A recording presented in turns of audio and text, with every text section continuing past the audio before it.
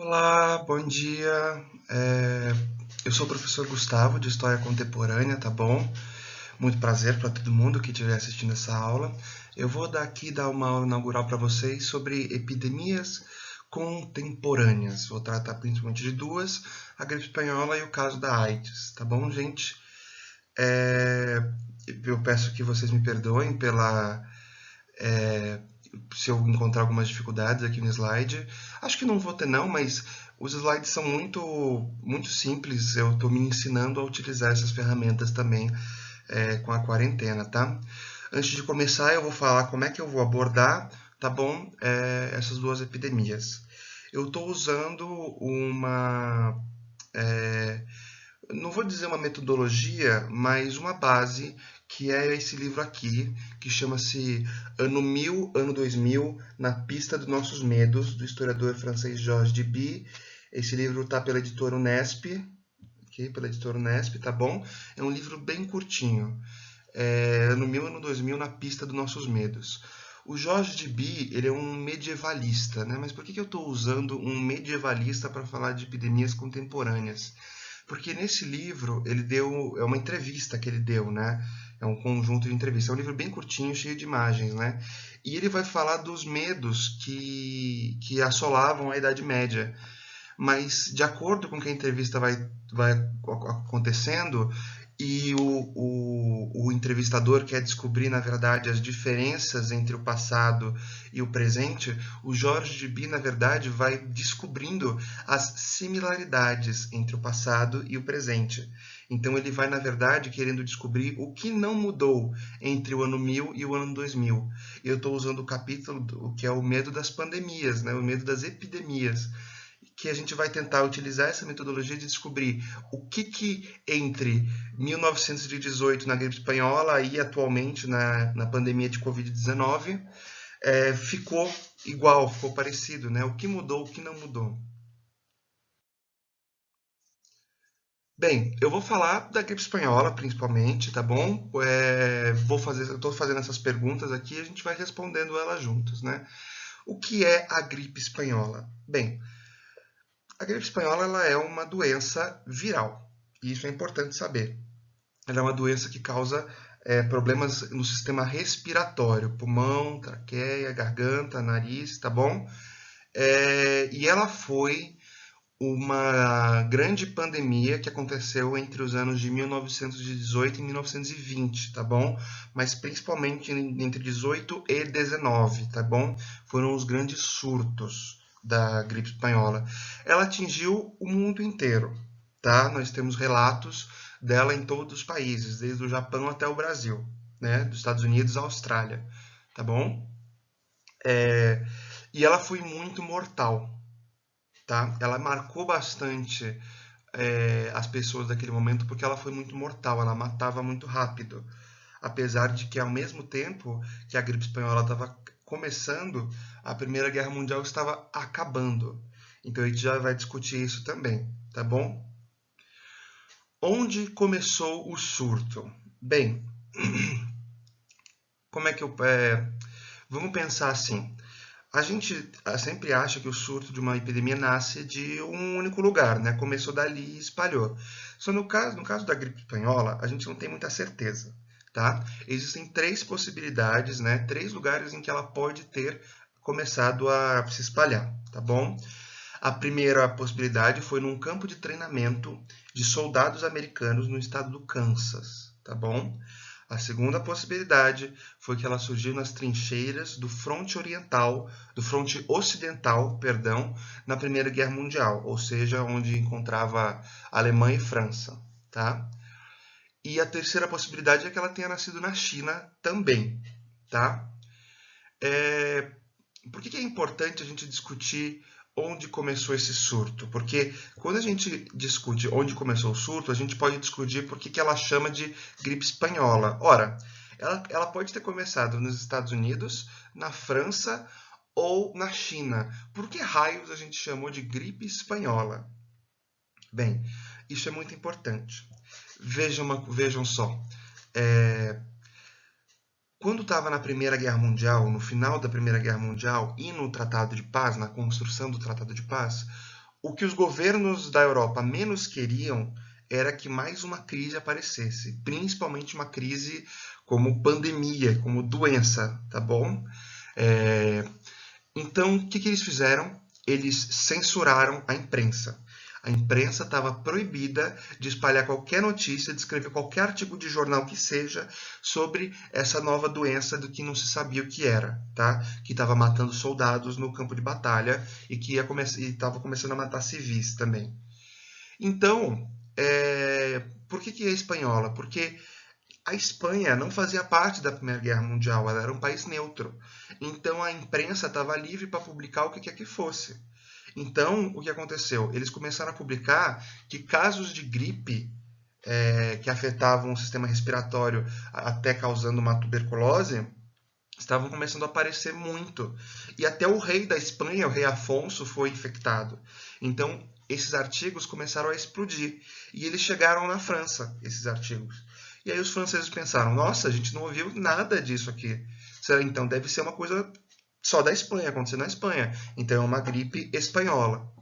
Popularizou o nome, nós sabemos que ela não surgiu na Espanha, mas ficou como a espanhola, a gripe espanhola, né? Isso é uma coisa interessante. Esse é o maior paralelo que eu quero fazer para vocês, pegando aqui a análise do livro do Jorge Deby. Gente, naquela época, em 1918, 19 e 20, a gente sabe que, eu acabei de falar para vocês, que os países da guerra não tinham imprensa, por causa da censura. E por isso teve demora para acreditar, ou melhor, para saber que essa doença estava entre as pessoas. Qual que é o paralelo que a gente pode fazer com a Covid-19? Hoje em dia, nós temos imprensa, nós temos um monte de meios de comunicações, não apenas jornal, nós temos rádio, nós temos televisão, nós temos internet, tá? E nós temos os jornais, as revistas, mas ainda assim existe uma descrença de parte da população sobre a periculosidade e a gravidade da pandemia de Covid-19. Então, assim, olha que interessante. Isso ainda existe 100 anos depois. As pessoas demoram para acreditar. As pessoas não acreditam. Elas questionam se esse vírus é realmente real e se é tão perigoso quanto falam. Mesmo 100 anos depois de termos passado por uma experiência como a gripe espanhola e agora estamos passando por outra, tá? E o que faltou explicar? Quantas pessoas morreram? Gente, isso também tem especulação, não sabem exatamente quantos morreu. Às vezes misturam com as baixas da Primeira Guerra Mundial, baixas civis, baixas militares. Mas a gente sabe que morreram entre 17 milhões e 50 milhões de pessoas, né? A região metropolitana de São Paulo tem 23 milhões de pessoas, entre 22 e 23 milhões. Então, assim, nas expectativas mais otimistas, pelo menos quase a zona metropolitana inteira de São Paulo ia ter morrido durante o caso de gripe espanhola de 1918 a 20. É muito grande esse número de pessoas, gente. Tá. Aqui são os 3 surtos, tá bom? É o período onde teve mais mortes e onde mais se espalhou a gripe espanhola, tá bom? Março de 1918 foi quando ela começou. Esse surto foi o que matou menos pessoas, tá bom? Qual que foi o surto que matou mais? O surto que assim explodiu no mundo inteiro. Agosto de 1918. Esse foi o pesado. Esse foi que a galera falou assim: está acontecendo alguma coisa, novos paradigmas, estamos enfrentando um adversário muito perigoso, né? E aí também temos o surto de fevereiro de 19, que matou muita gente, mas também não foi como agosto de 18, agosto, outubro de 18, tá bom? E aí até pelos anos 20 ela foi entrando, mas não teve surtos tão gigantescos, tá? Esses foram março de 18, agosto de 18 e fevereiro de 19, foram os 3 grandes surtos. Foi aí que o bicho pegou, como se diz no vocabulário popular, tá bom? Esse é o vírus. Essa é uma foto do vírus influenza, tá? É o grande inimigo da gripe espanhola e o vírus Covid-19 também é o nosso grande inimigo mesmo 100 anos depois e é um vírus. Por que eu estou trazendo a foto do vírus para vocês? Porque é muito importante que a gente entenda que o que está acontecendo hoje e o que aconteceu em 1918 foi o trabalho de um vírus e não de uma bactéria. Olha que interessante. Lá no final do século XIX, a ciência da medicina tinha se construído, tinha levantado um patamar, né? Tinha se levantado ao patamar de grande ciência, né? Da ciência que poderia resolver todos os problemas do homem, poderia descobrir a cura para as doenças. Então era muito respeitada. Ser médico era uma coisa muito séria, né? Ser pesquisador em medicina, você descobrir uma vacina, você descobriu um remédio, você descobriu uma nova bactéria, tinha muito prestígio. Você ia ser convidado a participar de comunidades científicas, academias imperiais de ciência. Isso era muito importante. Só que olha que interessante. Os médicos do 1918 não sabiam que a influenza, que a gripe espanhola, era causada pelo vírus influenza. Eles só conheciam as bactérias, não conheciam a forma de vida do vírus. E vírus e bactéria, a galera da biologia pode explicar bem para vocês, que são dois organismos completamente diferentes, tá bom? Então, quando os médicos olhavam os casos de morte, quando os médicos olhavam os corpos das pessoas, faziam autópsias, eles viam o que causava, eles até viam os sintomas nas pessoas, mas eles não sabiam qual era o fator causador, eles sabiam as consequências de pegar. Mas se não era bactéria, então o que raio seria que estivesse causando aquilo? E era um vírus. Hoje nós conhecemos os vírus, nós sabemos como tratá-los, nós sabemos que tem infecções virais e ainda assim nós lutamos muito todos os dias, principalmente agora na Covid-19, para ganhar desse carinha, né? Desse carinha minúsculo. A gente está numa batalha, né? 100 anos depois, o nosso inimigo ainda é um vírus, né? E um vírus que a gente conhece, que é o coronavírus, né? O Covid-19 é só outra espécie dele, mas ainda é o coronavírus. O coronavírus Covid-19, ele só tem outra cara, mas nós conhecemos os coronavírus, né? Agora eu vou mostrar uma série de fontes, porque eu aqui sou historiador e eu só trabalho com fontes históricas. Nós trabalhamos com fontes históricas. Então, vamos analisar algumas fontes. Ó, que interessante. Essa é a primeira fonte. A maioria das fontes aqui está em inglês, mas não se preocupem, eu vou traduzir, eu vou ler com vocês, tá bom? Essa fonte, para vocês verem, essa fonte ela é um panfleto, tá bom, do departamento, né, da Secretaria de Saúde Pública de Sydney, tá bom? Foi emitido em abril de 1919. Eu quero ler o primeiro parágrafo, ou seja, eu quero ler o topo desse panfleto. Olha que interessante. Se você estiver sofrendo de calafrios, dor de cabeça, dores nos membros e nas costas, talvez com olhos inflamados, nariz inflamado, a pessoa que está sentindo os sintomas deve imediatamente ficar na cama, ir para a cama e ficar lá, até pelo menos 4 dias do momento do aparecimento dos sintomas.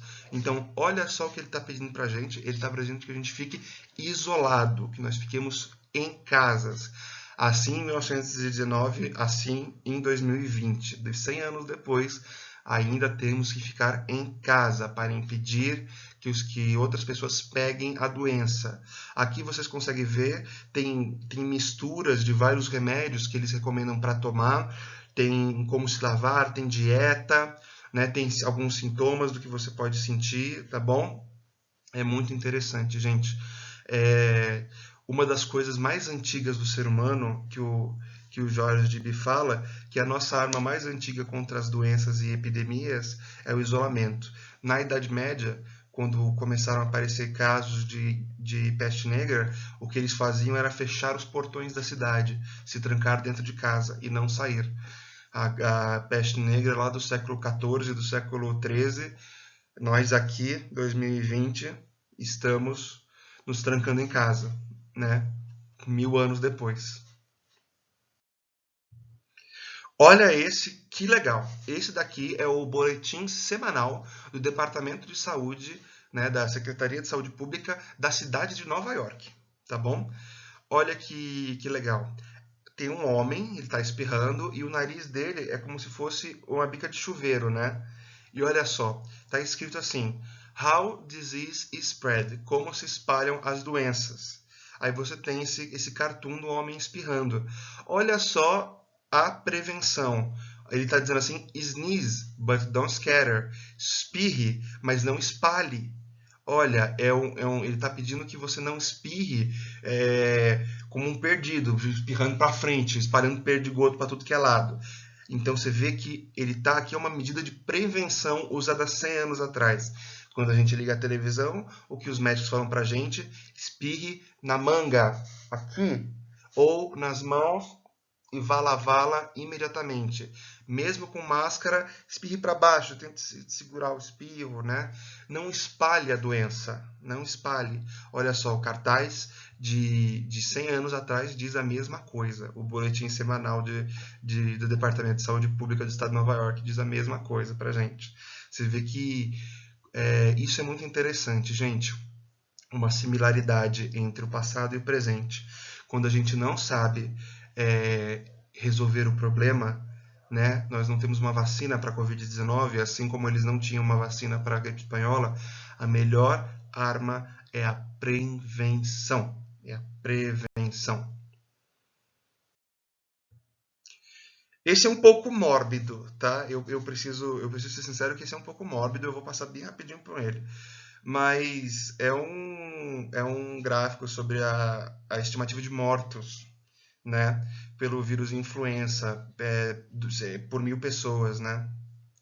Vou ler bem rapidinho. Entre 15 a 24 anos, nós temos entre os solteiros a maior morte de homens do que de mulheres. Só que no caso dos casados, nós temos entre 15 e 24 anos, nós temos um caso muito maior de mortes femininas do que de masculinas. Isso é bem interessante.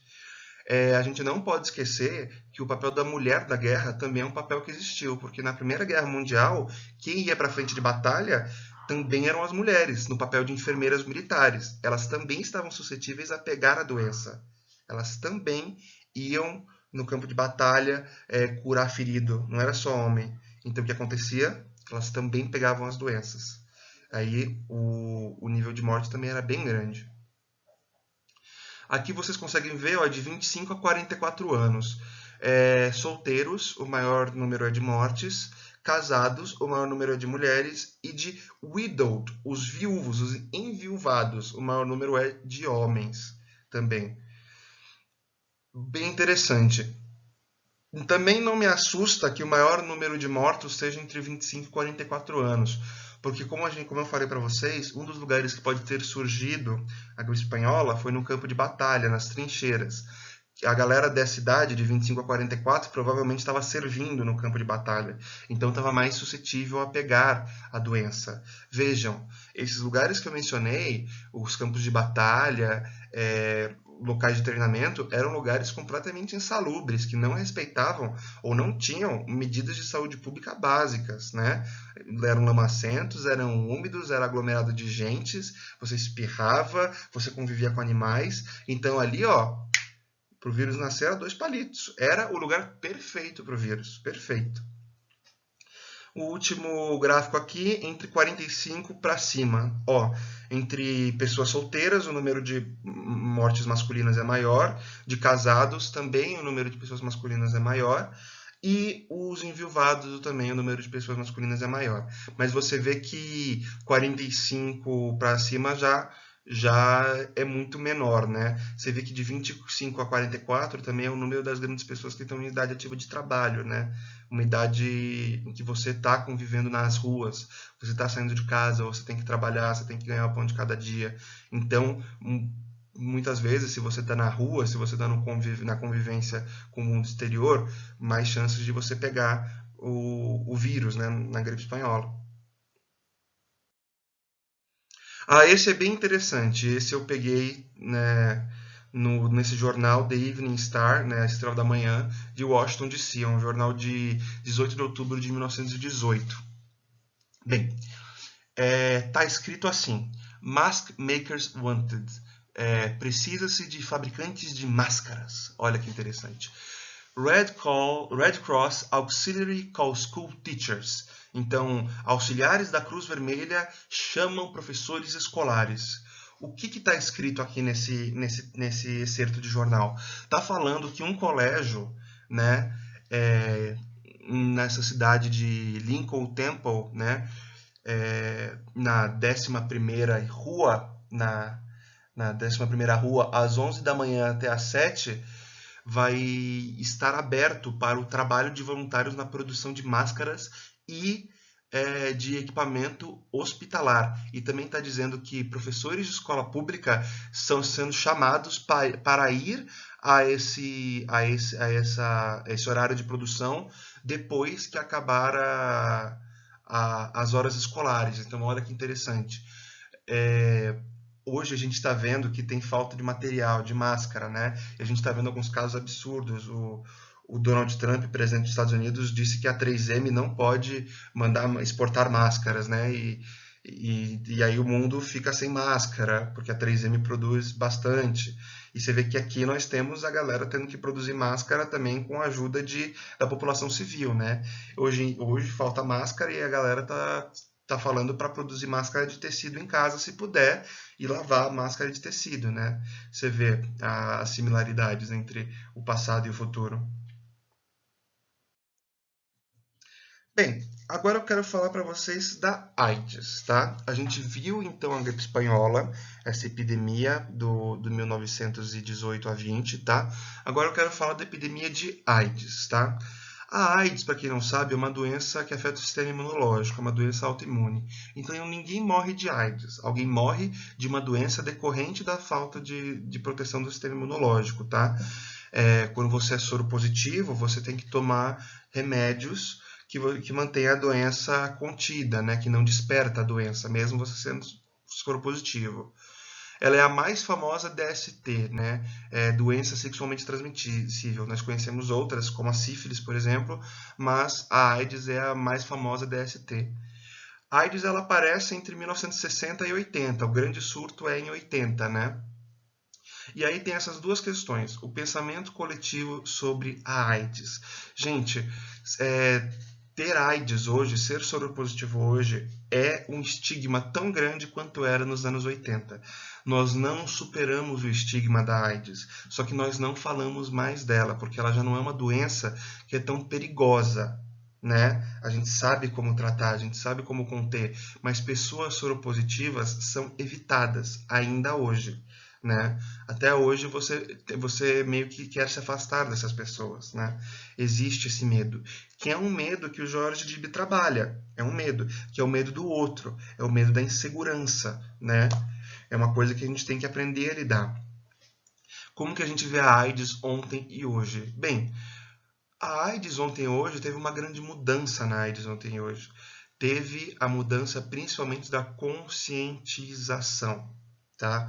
A conscientização da população, como se prevenir contra a AIDS e de como evitar o espalhamento da doença. A AIDS ainda é um problema em muitos lugares, principalmente na África, onde a população jovem, sexualmente ativa, muita gente tem AIDS na África subsaariana, tá bom? Vamos ver alguns documentos históricos, essas são algumas fotos que eu vou passar para vocês. Essa, olha que interessante, essa é uma foto da Parada do Orgulho LGBT em São Francisco. São Francisco foi um lugar onde a luta contra a AIDS foi muito forte, porque era uma cidade onde teve um grande surto de AIDS, né, nos anos 60 aos 80, e principalmente nos 80. E era um lugar onde a população LGBT se mobilizou para que conseguisse políticas que o ajudassem a ganhar da AIDS, né, a vencer, lutar contra a AIDS. Ou seja, a AIDS, para esses homens, assim como atualmente, era considerado um problema de saúde pública. Não era um problema de segurança, era um problema de saúde. Você tinha que ter programas de conscientização, você tinha que ter educação sexual para você prevenir a AIDS, você tinha que ter distribuição de preservativos, você tinha que ter, como é uma doença que você pega com contato pelo sangue, você tinha que mudar como é que fala? As seringas, né? A gente tem o problema das seringas. Muita gente injetava coisa no corpo com a seringa do outro. Isso não podia acontecer. Você não pode usar a seringa de outra pessoa. Quando você usa uma seringa, você descarta e utiliza outra seringa. Isso é uma coisa que eles precisam lutar. E o cartaz desse moço diz preservativos gratuitos, né? Olha que interessante. Essa imagem é um pouco forte, mas ainda assim eu quero mostrá-la, tá bom?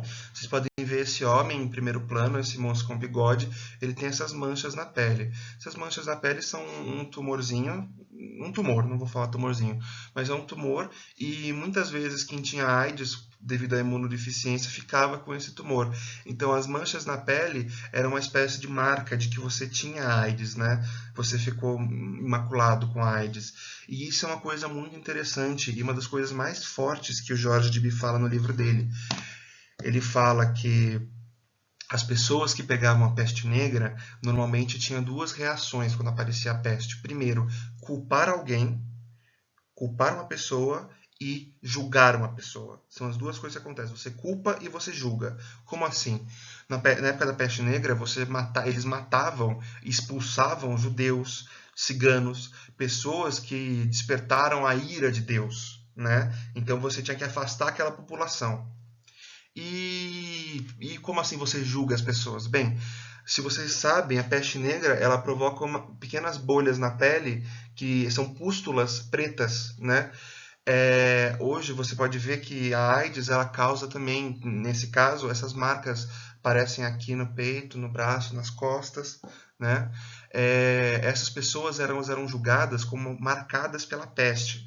E essas pessoas eram julgadas por isso. Então, as pessoas falavam na Idade Média, ó, essa pessoa é moralmente errada, ela é depravada sexualmente, ela é depravada moralmente. Então, Deus está castigando ela pelo pecado dela. E isso na AIDS foi muito forte. Muitas pessoas acreditavam que essa era a doença dos gays, né? Que Deus, aí misturava uma ortodoxia católica, falava que Deus estava punindo os gays por sua devassidade, né? Por sua imoralidade, principalmente sexual.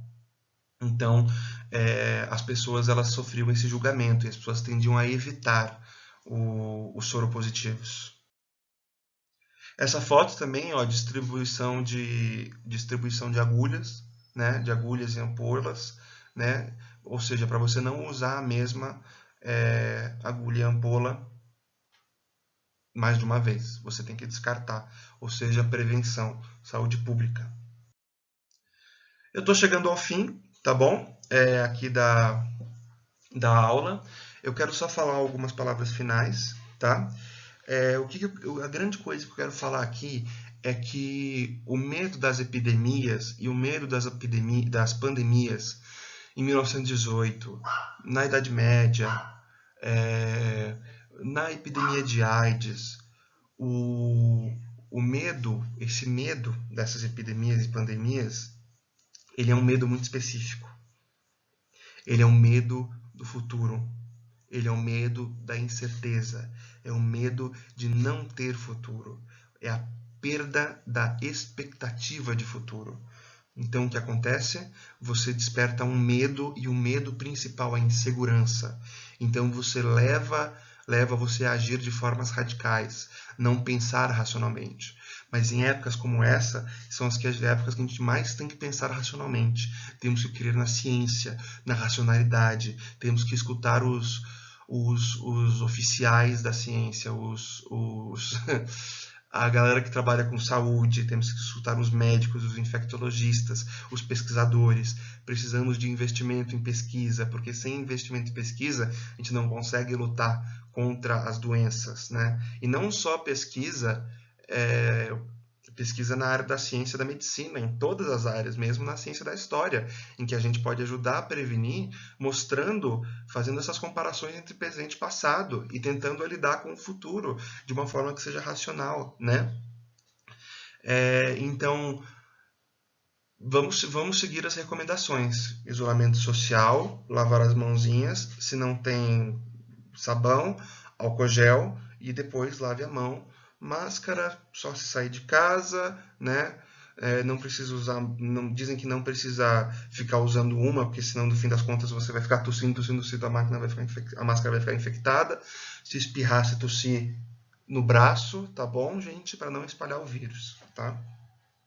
Vamos nos prevenir. A arma mais importante que nós temos agora é a prevenção, tá? Quais são as minhas recomendações para vocês? Todo mundo conhece, acho, o canal do YouTube, o Nerdologia. Se não conhece, eu recomendo muito, tá? É o canal que o Átila Yamarino faz parte. O Átila, ele é um grande pesquisador, tem 2 pós-doutorados, eu não vou nem discutir. O cara é um biólogo, já foi no Roda Viva, né? Ele é muito lúcido quanto às questões do coronavírus, né? E o canal que ele faz parte fez 4 vídeos, que eu estou colocando os títulos aqui. No Nerdologia História, nós temos o Nerdologia da Gripe Espanhola, de 1918. Acho que foi um dos últimos vídeos a sair, ele é bem recente. Tem um vídeo da Peste Negra, tá bom? No Nerdologia Ciência, nós temos um vídeo que o Átila fez sobre Covid-19 e temos um vídeo sobre pandemias, que é muito interessante, tá? Esse canal no YouTube, Extra History, quem quiser se aventurar em inglês, ele fez uma série animada sobre a gripe espanhola. Só colocar Extra History, Spanish Flu, se você quiser aventurar e treinar o seu inglês, né? Alguns filmes eu recomendo. Tem esse documentário, Carta para Além dos Muros, da Netflix, documentário brasileiro sobre a AIDS no Brasil. Recomendo bastante. Clube de Compras Dallas, um filme, tá bom? Americano. O Matthew McConaughey, que atuou nesse filme, recebeu o Oscar de melhor ator.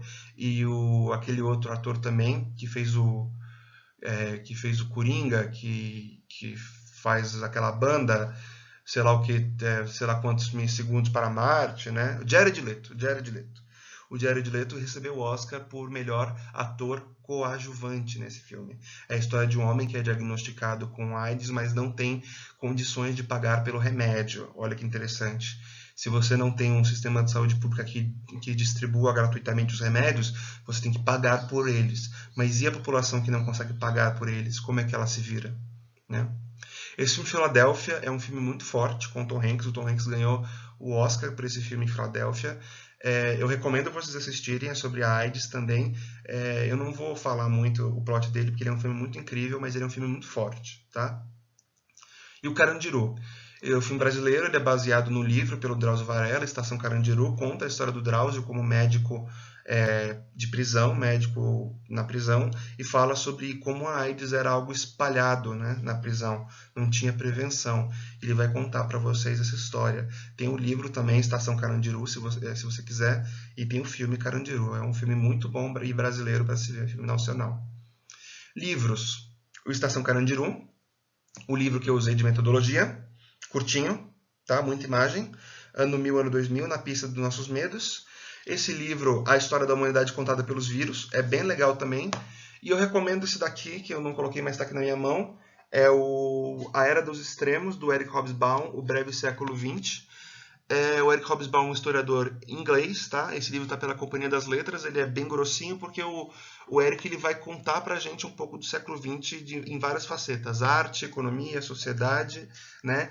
E ele chama de breve século XX porque ele fala que é muito acontecimento para pouco tempo, né? Então, o século XX é muito breve. Gente, então é isso. Espero que vocês fiquem bem, que vocês fiquem em casa, se previnam, por favor. Tenham solidariedade, não precisamos entrar em pânico. A humanidade venceu muitas batalhas contra vírus e bactérias e nós vamos vencer essa também, tá bom? Um beijo, um abraço e até a próxima.